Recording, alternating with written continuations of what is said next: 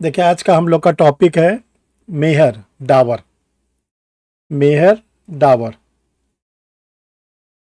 देखिए, ये जो डावर शब्द है ये अरबी शब्द है। डावर जो है अरबी शब्द है। इसकी स्पेलिंग गलत है।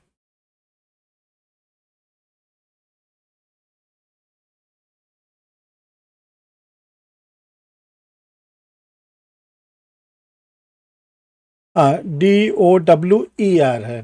DOWER, डावर। डावर अरबी शब्द है। और यही शब्द जो है बाद में भारत में इसका नाम दे दिया गया डावरी। डावर से ही डावरी बना हुआ है। देखिए, जो डावर है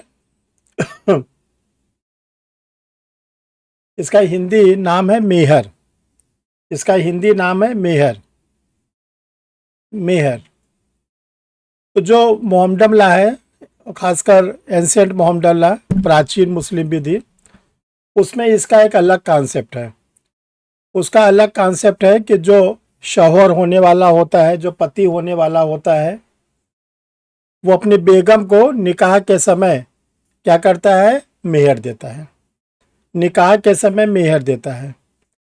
और जो निकाह के समय मेहर देता है उसकी डिमांड करती है पत्नी। उसकी डिमांड करती है पत्नी। पत्नी ये डिमांड करती है कि मुझे इतना मेहर दोगे तो तब मैं तुम्हारे साथ निकाहनामा पर सिग्नेचर करूंगी, और तभी मैं कबूल है, कबूल है, कबूल है बोलूंगी, अन्यथा मैं नहीं बोलूंगी। तो ये जो मेहर होता है, ये कहा गया कि ये तो या तो धन के रूप में होगा और या वस्तु के रूप में होगा। Cash or kinds. Cash or kinds. देखिए, हमने आप लोग को बताया था कि जो मुस्लिम विवाह होता है वो एक सिविल संविदा है। तो जरा याद करिए, सिविल संविदा में जो कंसिडरेशन होता है, प्रतिफल होता है, वो किस रूप में होता है? Cash or kinds. वहाँ पर भी आपको बताया गया या तो नगद चलेगा और या कोई वस्तु चलेगी। तो वही चीज़ यहाँ पर है। जो डावर है वो जो है या तो धनराशि के रूप में होगी और या जो है वो वस्तु के रूप में होगी। जो चीज़ें कुरान में निषिद्ध हैं उन चीज़ों की मेहर के रूप में डिमांड पत्नी नहीं कर सकती। जो चीज़ कुरान में निषिद्ध है उसको पत्नी मेहर के रूप में नहीं कर सकती। जैसे पत्नी नहीं कह सकती कि तुम जीवन भर मेरी सेवा करोगे, या पत्नी ये नहीं कह सकती कि मुझे नशीला पदार्थ दो, मुझे सुअर का मांस दो। ये सब चीज़ें निषिद्ध हैं। और इसके साथ साथ वे चीज़ें पे मेहर में नहीं मांगी जा सकती जो एग्जिस्टेंस में नहीं है, जो अस्तित्व में नहीं है। जैसे कोई पत्नी नहीं कह सकती कि अगले साल तुम्हारे खेत में जितनी फसल होगी वो मुझे मेहर में दे देना, क्योंकि आप लोग को बताया गया था अनिश्चित अर्थ रखने वाले करार शून्य होते हैं। धारा 29 भारतीय संविधान अधिनियम। तो जो अनिश्चित अर्थ रखने वाले करार शून्य होते हैं, तो यहाँ पर भी कहा गया है कि जो मेहर होगा वो अस्तित्व में होना चाहिए। ऐसी किसी चीज़ की हम डिमांड नहीं करेंगे जो भविष्य में क्या नाम है मांगी, भविष्य में उत्पन्न होने वाली हो। क्योंकि अगर हम कहते हैं कि भविष्य में जो खेत में अनाज होगा हमको दे देना, ऐसा भी हो सकता है अगले साल खेत में कोई उपज न हो, सूखा पड़ जाए, बाढ़ आ जाए, या उसके पास कोई ऐसी मुसीबत आ जाए कि उसको खेत बेचना पड़े, खेत को बंधक में रखना पड़े। तो ये सब ऐसी भविष्य में स्थितियां होती हैं जो किसी के कंट्रोल में नहीं होती। तो इसलिए ये कहा गया अनिश्चित अर्थ वाले रखने वाले जो करार शून्य होते हैं, तो यहाँ पर भी मेहर जो है अनिश्चित नहीं रखा जाएगा। तो जो अरब समाज में पहले निकाह होता था उसमें वो सोना, चांदी, या जो दिरहम, दिरहम वहाँ की करेंसी होती थी, दिरहम में मांगा जाता था। कोई कहता था मैं 10 दिरहम दो, कोई मुस्लिम स्त्री कहती थी, कोई कहती थी 20 दिरहम दो, कोई कहता था कि मुझे क्या नाम है इतना चांदी दो। तो इस तरह का वहाँ पे डिमांड किया जाता था। लेकिन जो भारत में मुस्लिम विधि का प्रचलन हुआ वहाँ पर भी मेहर है। ऐसा नहीं कि मेहर ख़त्म हो गई है, मेहर वहाँ पर भी है। अब वहाँ पर भी क्या हो गया है कि जैसे धीरे धीरे लोग सिविलाइज्ड होते जा रहे हैं, लोग पढ़ते जा रहे हैं, मुस्लिम लड़के भी सारे अच्छे अच्छे पद पर आने लगे हैं।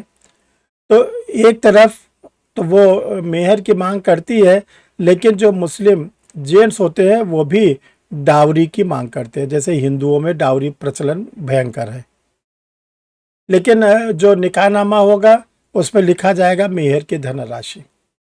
ये काजी लिख देते हैं कि इतना मेहर पति को देना है। अब यहाँ पे क्वेश्चन ये होता है कि पति के ऊपर दो विकल्प हैं। पति महोदय चाहे तो मेहर तुरंत दे दें, वो चाहे तो पत्नी अगर डिमांड नहीं करती है कि मुझे तुरंत दो, तो वो उसको क्या कर सकते हैं, स्थगित कर सकते हैं कि ठीक है अभी तुम नहीं मांग रहे, तुमको हम नहीं देंगे, लेकिन जब भविष्य में मांगोगे तो हम तुमको दे देंगे। तो देखो जो डावर होता है इसको दो पार्ट में क्लासिफाइड किया जाता है।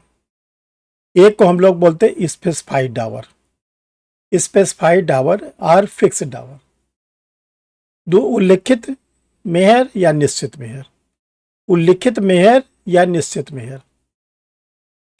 दूसरा होता है अनस्पेसिफाइड और रीजनेबल डावर, अनुल्लिखित या युक्त। तो दो पार्ट में इसको जो है डिवाइड किया गया है। अभी जो स्पेसिफाइड हम लोग पढ़ेंगे ये फिर आगे दो पार्ट में डिवाइड हो जाता है। तो देखो ये स्पेसिफाइड या फिक्स का मतलब ये होता है कि अगर निकाह के समय निश्चित हो गया है, बेगम कहती है कि मुझे इतना डावर दो और पति स्वीकार कर लेता है, शौहर स्वीकार कर लेता है, तो उसको कहते हैं उल्लिखित। उल्लिखित का मतलब होता है कि निकाहनामे में काजी के द्वारा इस बात का उल्लेख कर लिया जाता है कि जो शौहर है वो अपनी बेगम को इतनी धनराशि या इतना वस्तु क्या करेंगे, देंगे। दूसरा क्या होता है अनस्पेसिफाइड, जहां पर स्पेसिफाइड नहीं है वहां पर रीजनेबल होता है। रीजनेबल का मतलब ये होता है कि जो बेगम है उसके परिवार की जो अन्य स्त्रियां हैं, उसकी बड़ी बहन है, उसकी बुआ है, जिसकी जब शादी हुई थी, निकाह हुआ था, तो उन्होंने कितना डिमांड किया था। जो बेगम होने वाली है ये देखा जाता है कि उसके परिवार में जो महिलाएं हैं, जो जिनकी शादी हो चुकी है, जिनका निकाह हो चुका है, उन्होंने अपने अपने निकाह के समय किन किन धनराशि की डिमांड किया था।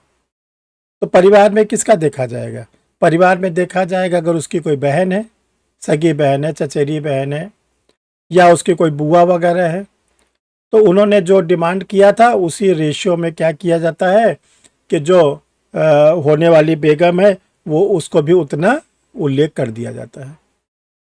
अब देखिए जो स्पेसिफाइड या फिक्स डावर है इसको फिर दो पार्ट में हम लोग डिवाइड करते हैं।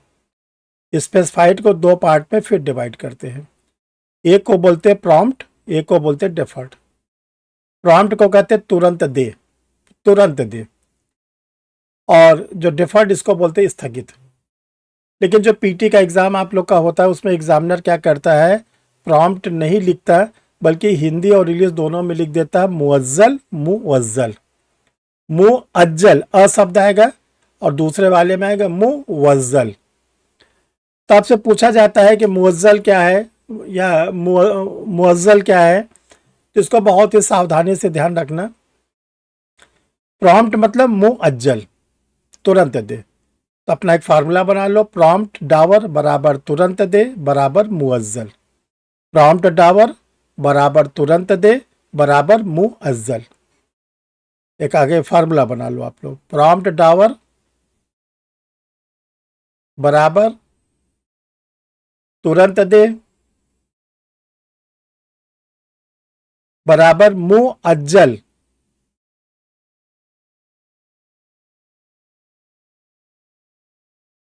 दूसरा वाला है डेफर्ड डावर बराबर स्थगित मेहर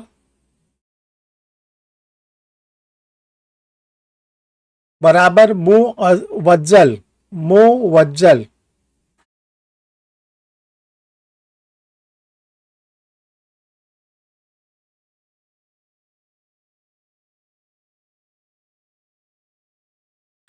देखिए जो प्रॉम्प्ट होता है जिसको हम लोग कहते हैं तुरंत दे, जो बेगम होती है वो अपने शौहर से बोलती है कि जो अभी हमने मेहर का मांग किया है और जिसे आपने कबूल किया है वो मुझे तुरंत दीजिए।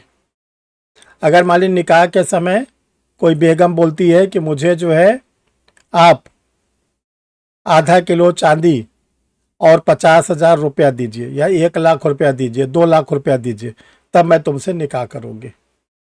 ठीक। पति तैयार, पति कहता मुझे कबूल है, कबूल है, कबूल है। तो अगर उसे कबूल है, एक्सेप्ट है, तो पत्नी कहती है कि आप मुझे तुरंत दीजिए, तुरंत दीजिए। क्योंकि जो ये क्या है, सिविल संविदा है। सिविल संविदा में जो कोई अपना वस्तु बेचता है वो तुरंत आपसे पैसा लेता है। तो उसमें क्या है कि तुरंत देना पड़ेगा।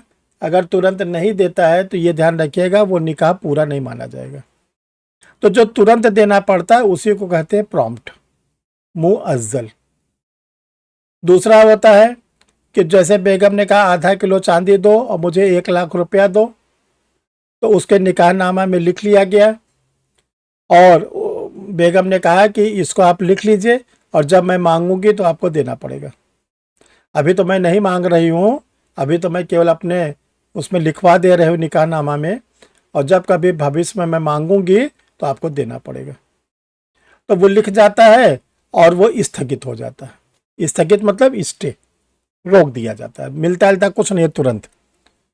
जब कभी शौहर ने अपनी बेगम को तलाक दिया तो वो कहती है इद्दत तक तो मेरा भरण पोषण करो ही, या मैं गर्भवती हूँ जब तक बच्चे का भरण पोषण है तब तो करो ही, और इसके बाद मेरा वो क्या दे दो, डावर दे दो।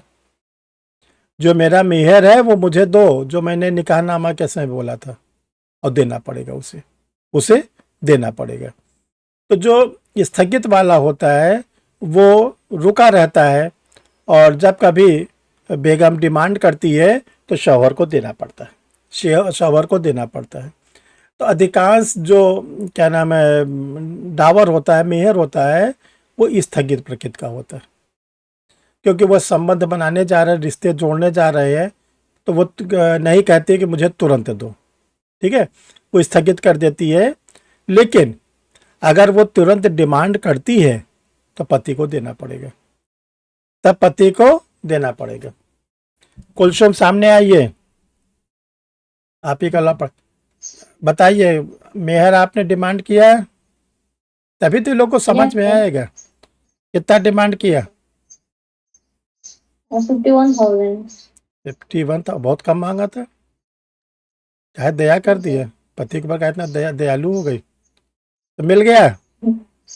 जी तुरंत ले लिया था जी, तो नगद मिला था, नगद लिया था।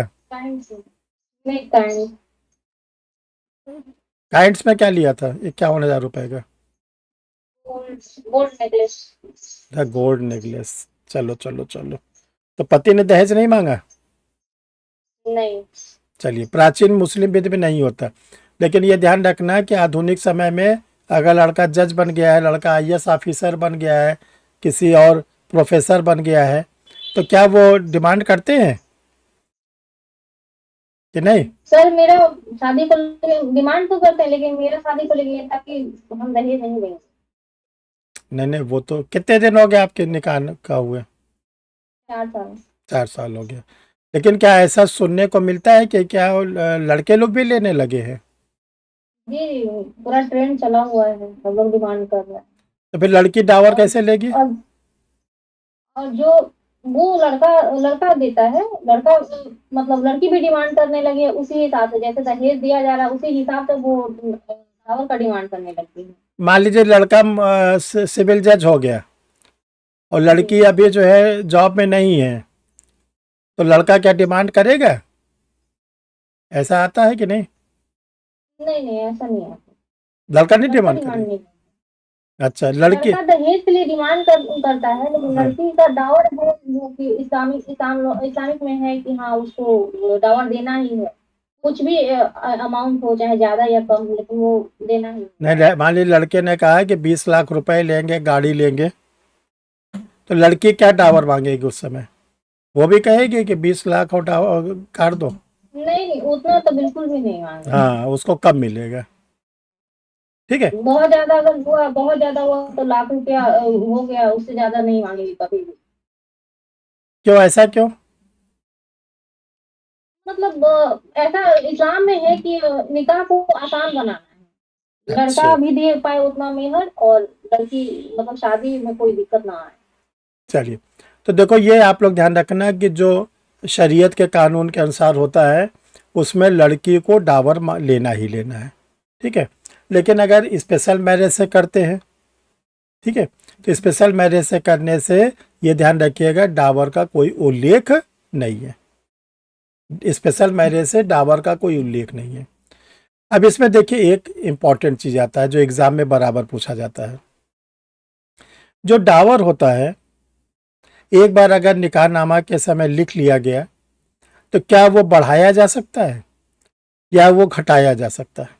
दो चीजें हैं। क्या उस धनराशि को, उस वस्तु को बढ़ाया जा सकता है या वो धनराशि या वस्तु को घटाया जा सकता है? बताइए दीपक रानी।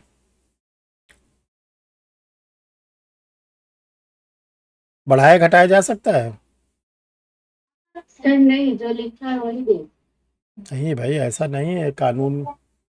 हम्म? ओजस। नहीं बढ़ाया जा सकता तो। घटाया भी नहीं जा सकता।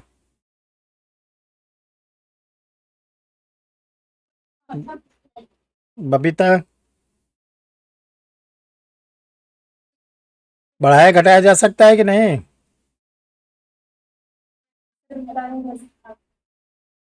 थोड़ा पढ़ा अढ़ा करिए भाई आप लोग, तभी तो सब अपडेट रहेगा ना, नहीं तो। देखो, इसको पहले सीख लो। बढ़ाने का अधिकार केवल पति महोदय को है, केवल पति को, हस्बैंड को। जो एक बार स्त्री ने डावर की डिमांड किया था, उसको बढ़ाने का अधिकार पति को है। पति ये कह सकता है कि मैंने जो तुमको मान ली 51,000 रुपये के लिए कहा, मांगा था, मैंने दिया था, ठीक है ना, मैं उसको 1 लाख रुपए कर रहा हूँ, मैं उसको 1 लाख रुपए। तो मेहर की धनराशि को बढ़ाने का अधिकार केवल पति को है, पति को है। अब घटाने वाले पे आ जाओ। मेहर की धनराशि को घटाने का राइट्स केवल और केवल पत्नी को है। पत्नी ने मेहर की डिमांड किया, ठीक है ना।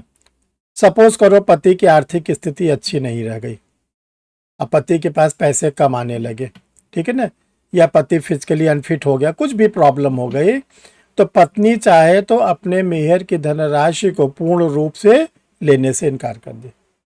पत्नी चाहे तो अपने मेहर की धनराशि को घटा दे, 1 लाख रुपए को 10,000 कर दे, या 1 लाख रुपए को वो 5,000 कर दे, 1 लाख रुपए को वो कह दे अच्छा ऐसा करिए आप मुझे कल 10 रुपया दे दीजिए, एक सिंबॉलिक प्रतीकात्मक, ताकि सर सर उसी समय ना करना होगा ना, बाद में भी कर सकते हैं? नहीं, दो बातें ना, अगर तुरंत ले लिया गया है, अगर तुरंत ले लिया गया है, जिसको अभी हमने आपको बताया प्रॉम्प्ट, ठीक है ना, तो उसको पति बढ़ा भी सकता है, और भी दे सकता है उसको। अब अगर कहीं स्थगित है, यानी कि लिख तो लिया गया लेकिन अभी दिया या नहीं गया है, तो पति उसको जो है आगे किसी भी समय बढ़ा सकता है, ठीक है। घटाने का अधिकार पत्नी को है। मान लीजिए तुरंत 1 लाख रुपया पति ने दे दिया, तुरंत उसने कहा मेहर मुझे 1 लाख रुपया चाहिए, उसने दे दिया, ठीक है। तो वो चाहे मेहर की धनराशि जो 1 लाख रुपया है वो पति को वापस कर सकती है। अगर डिफर्ड स्थगित रूप में है कि लिख लिया गया है, तो वो ओरल कह सकती है कि जो लिखा गया है निकाहनामा के समय 1 लाख रुपया, मैं आपको उससे फ्री करती हूँ, मतलब आप जो है वो आपको नहीं देना पड़ेगा। तो ये ध्यान रखिएगा, बढ़ाने का अधिकार पति के पास और घटाने का अधिकार जो है वो पत्नी के पास।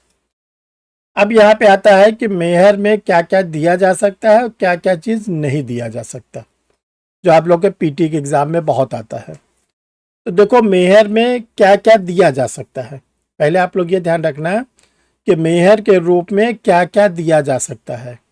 नंबर 1, धनराशि, कैश। नंबर 2, भूमि, लैंड, कोई हम क्या नाम है, बाग दे सकते हैं, बगीचा दे सकते हैं, खेत दे सकते हैं, खलियान दे सकते हैं, हम कोई इमारत दे सकते हैं, मकान दे सकते हैं। ठीक है, ये हो गया। फिर इसके बाद है अन्न, अनाज, अनाज के रूप में। फिर इसके बाद है व्यापार में क्रय विक्रय किए जाने वाले सामान। जिन चीजों को हम लोग व्यापार में बेच सकते हैं या खरीद सकते हैं वो हमें दे दीजिए वस्तु। या कोई पशु विशेष, पशु विशेष। तो देखो पशु विशेष में ये कहा गया है कि जैसे ऊंट, अरब समाज में हमने बताया था कि जो अरब समाज में रहने वाले लोग होते थे वो लंबे समय तक व्यापार करने जाते थे, खजूर का व्यापार करते थे, ड्राई फ्रूट्स का व्यापार करते थे। तो वो लोग क्या करते थे, ऊंट पर सवारी करते थे। तो ये कहा गया कि ऊंट भी दिया जा सकता है। और इसमें कुरान में कहा गया है, मेरे ऊंटों में से एक ऊंट पत्नी को दे दिया जाए, मेरे ऊंटों में से एक ऊंट मेरी पत्नी को दे दिया जाए। यानी कि अगर पत्नी कहती है कि मुझे एक ऊंट दिया जाए तो पति जो है इसको स्वीकार कर सकता है, ठीक है मेरे पास जितने ऊंट है उसमें से एक ऊंट आपको दे दिया जाए। ठीक है। जब हिंदुओं का पहले प्राचीन विवाह होता था, आज से 40 साल पहले, 50 साल पहले, तो क्या दिया जाता था दहेज में? क्या उनको भी जानवर दिया जाता था? लड़की का पिता या लड़की का बड़ा भाई जब पहले शादी होता था क्या, तो क्या पति को जानवर भी देता था? हाँ दिया जाता क्या दिया जाता था जानवर में? गाय बछड़ा। हाँ, गाय बछड़ा, या खेत जोतने के लिए बैल भैंस। भाई उस समय कोई गाड़ी तो होती नहीं थी कि 4 व्हीलर गाड़ियां होती थी, साइकिल तक भी नहीं होती थी। ठीक है। तो ये होता था कि लड़का वाला बोलता था कि भाई आपके पास 4-5 भैंस है, एक भैंस मुझे दे दो। आपके पास कई गाय है, मुझे एक गाय दे दो। ठीक है ना। या गाय का जो बछड़ा है उसे मुझे दे दो। बकरी दिया जाता था। तो ये ध्यान रखिएगा कि हिंदुओं में भी ऐसा होता था, ऐसा नहीं है। अब कोई लेगा? ओजस बोलो भाई। नहीं सर। अब दहेज में गाय बछड़ा लोगे? अगर जज बन गए, एपीओ बन गए, तो क्या लोगे भाई? बकरियां करी? तो अब क्या है, अब वो सिस्टम खत्म हो गया। ठीक है। तो मुस्लिम में भी ध्यान रखिएगा। अब मान लीजिए आज के समय में कोई निकाह होता है, लड़की कहती है मुझे ऊँट दे दो, क्या संभव है? ना तो किसी के पास ऊँट है। अच्छा, ऊँट लेके करेगी क्या वो लड़की? अगर बेगम ऊँट मांग ली और दे दिया गया तो करेगी क्या ऊँट? कहाँ जाएगी ऊँट से बैठकर? तो वो भी नहीं है। तो ये ध्यान रखिए कि ये सब उस समय होता था जब जानवरों से हम लोग क्या करते थे, आवागमन करते थे। घोड़े पे बैठ के जाते थे, ऊँट पर बैठ के जाते थे, हाथी पर बैठ के जाते थे। उस समय का ये सिस्टम बना हुआ था, वो जो है था। ऐसा नहीं कि आज भी इसके लिए स्थिति है। मेहर में किन किन वस्तुओं को नहीं दिया जा सकता?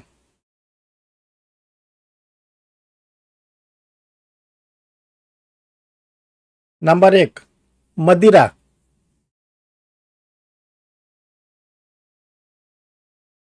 नंबर 2, नशीला पदार्थ।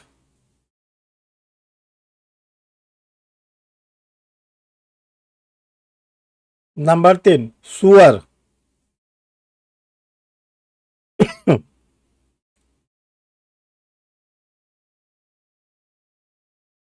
अगला नंबर, जुए का सामान।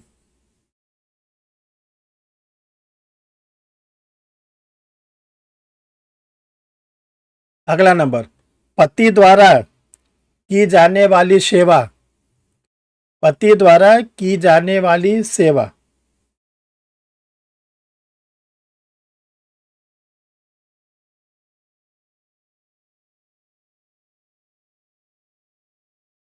नेक्स्ट, जो वस्तु अभी अस्तित्व में नहीं है,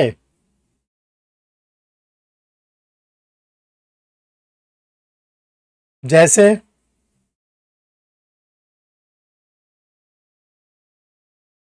अगले वर्ष की फसल,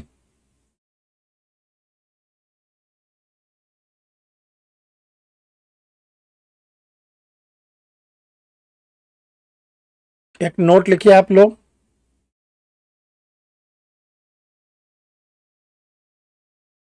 मुस्लिम विवाह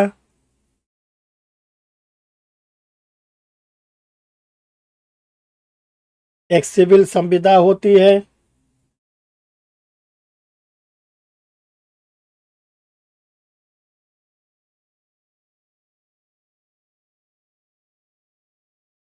और सिविल संविदा होने के कारण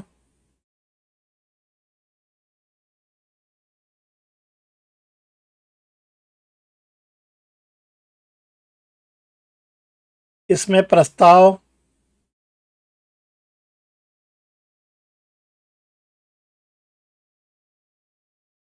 बेगम के द्वारा दिया जाता है।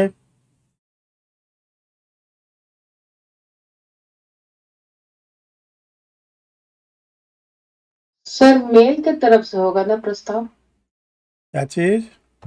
आप कह रहे प्रस्ताव बेगम की तरफ से दिया जाता है, स्वीकृति देती है ना बेगम? ने क्या, जरा पढ़िए थोड़ा सा क्या लिख के। इसमें प्रस्ताव बेगम के द्वारा दिया जाता है। नहीं नहीं, उसके लिखे शौहर के द्वारा, शौहर के द्वारा। और बेगम उस पर अपनी स्वीकृति कबूल देती है।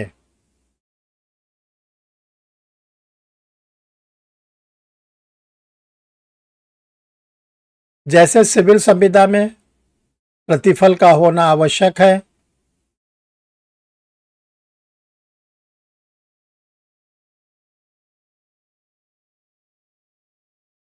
क्योंकि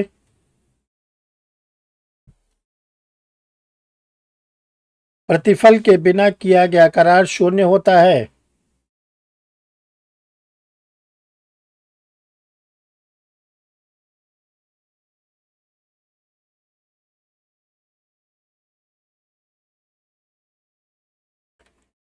ठीक उसी तरह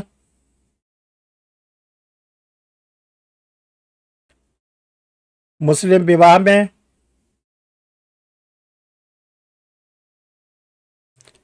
प्रतिफल की भांति, कंसिडरेशन की भांति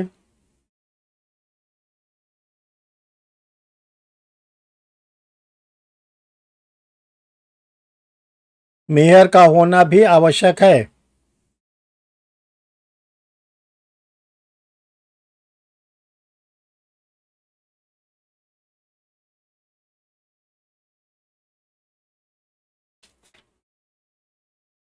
मेहर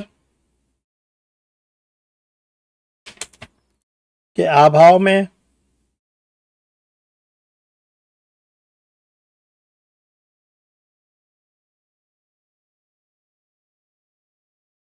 मुस्लिम विवाह विधिमान्य नहीं माना जाता है।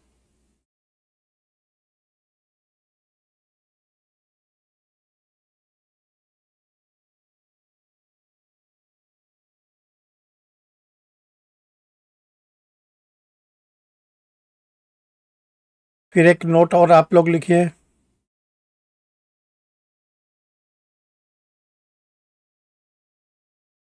मेहर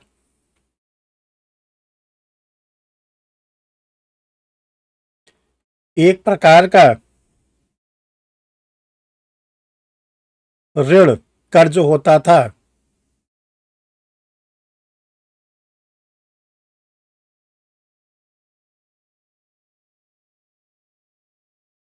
यह मुस्लिम स्त्रियां अपनी सुरक्षा की दृष्टि से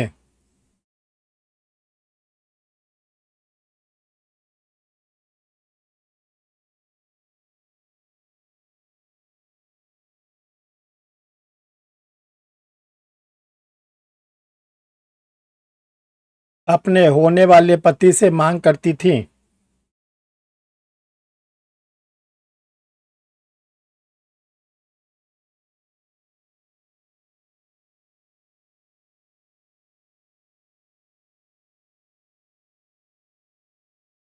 क्योंकि प्राचीन मुस्लिम विधि में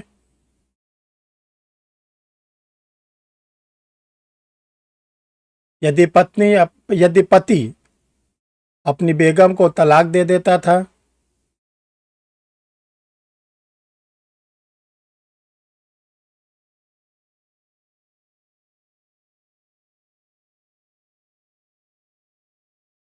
तो उनके पास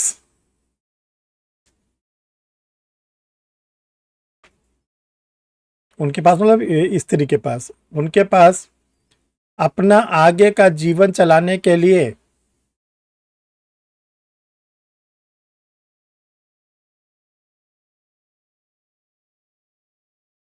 कोई धनराशि नहीं होती थी।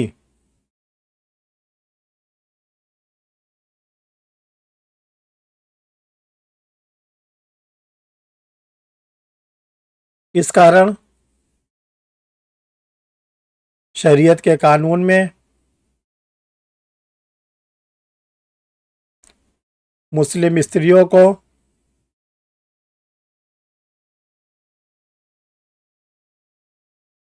संरक्षण देने के लिए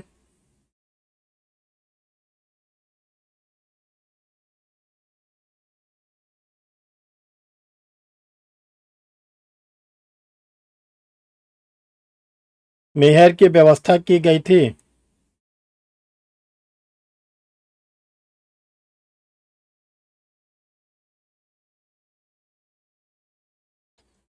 दूसरी ओर शरीयत का कानून यह व्यवस्था करता था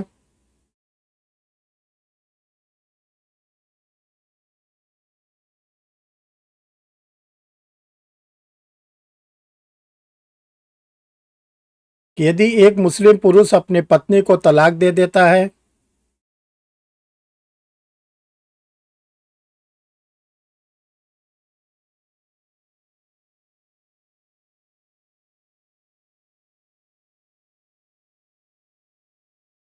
तब वह अपनी पत्नी को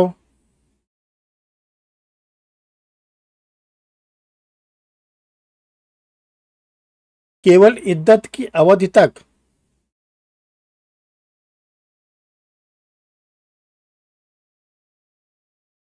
ही भरण पोषण देता था।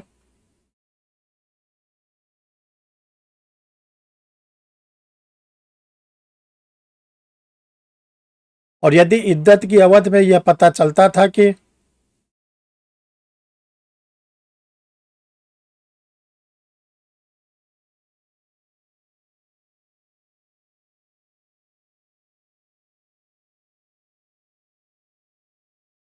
पत्नी गर्भवती है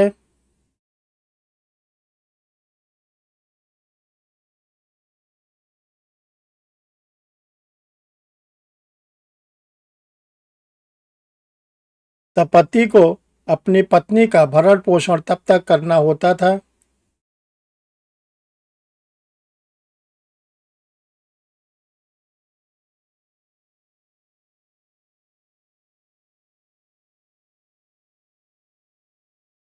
जब तक कि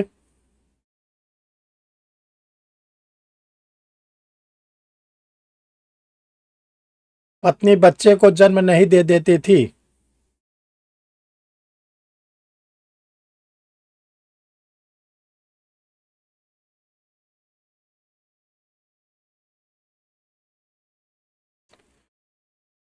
एक नोट और लिखिए।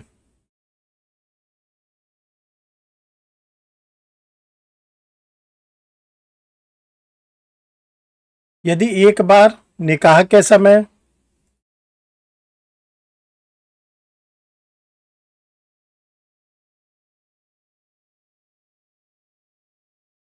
मेहर की धनराशि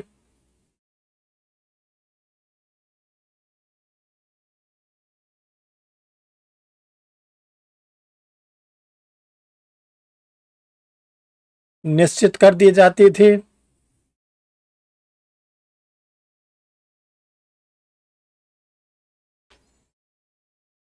तो इसका यह अर्थ नहीं होता था कि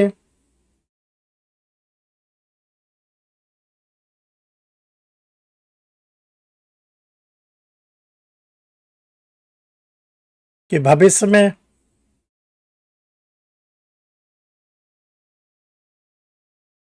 उस धनराशि को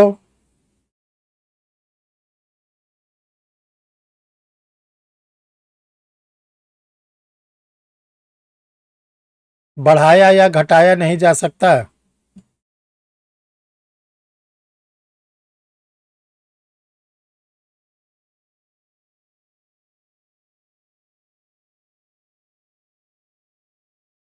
जहां तक मेहर को घटाने का प्रश्न है,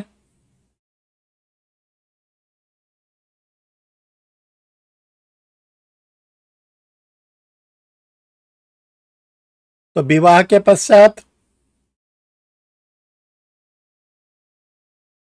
वयस्क पत्नी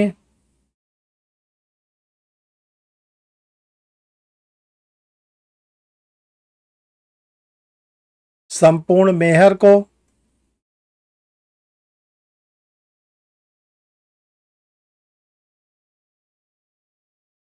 या उसके किसी भाग को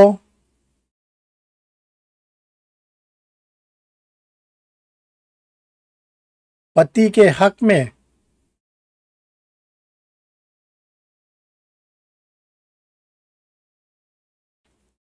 माफ कर सकती थी, माफ कर सकती है, माफ कर सकती है।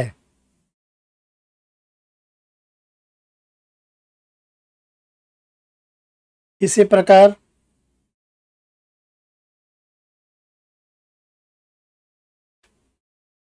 पति की मृत्यु के पश्चात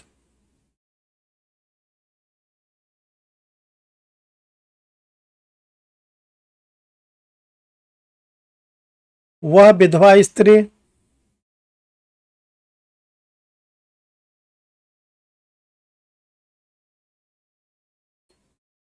पति के उत्तराधिकारियों के पक्ष में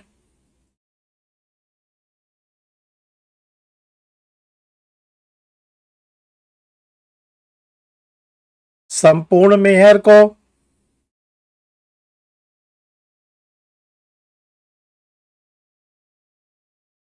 या उसके किसी एक भाग को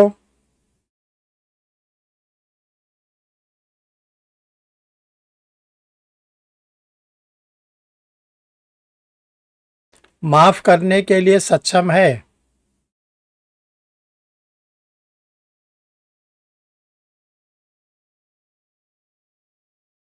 यहां यह आवश्यक है कि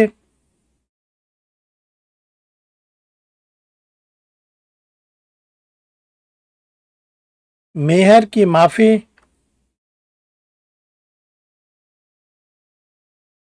उस स्त्री द्वारा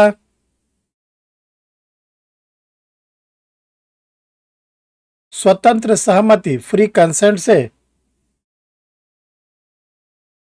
दी जानी चाहिए।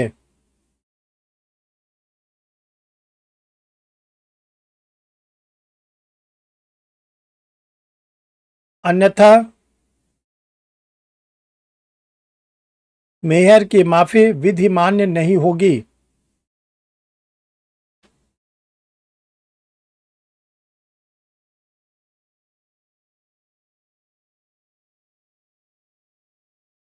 फिर एक नोट लिखिए लास्ट में,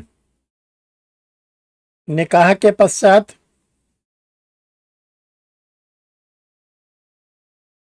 पति किसी भी समय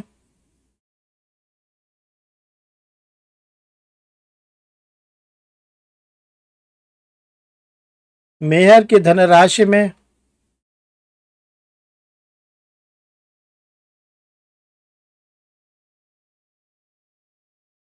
वृद्धि कर सकता है।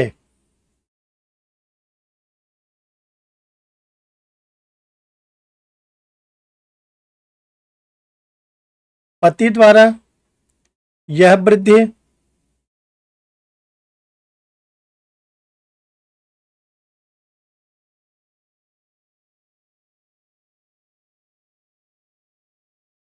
वैवाहिक अवधि के दौरान होनी चाहिए।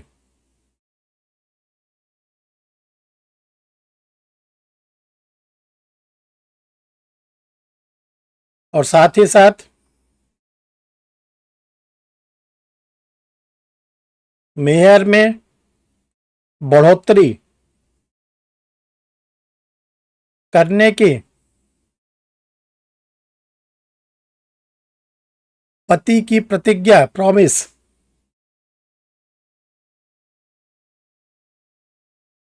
को पत्नी द्वारा स्वीकार अवश्य कर लिया जाना चाहिए।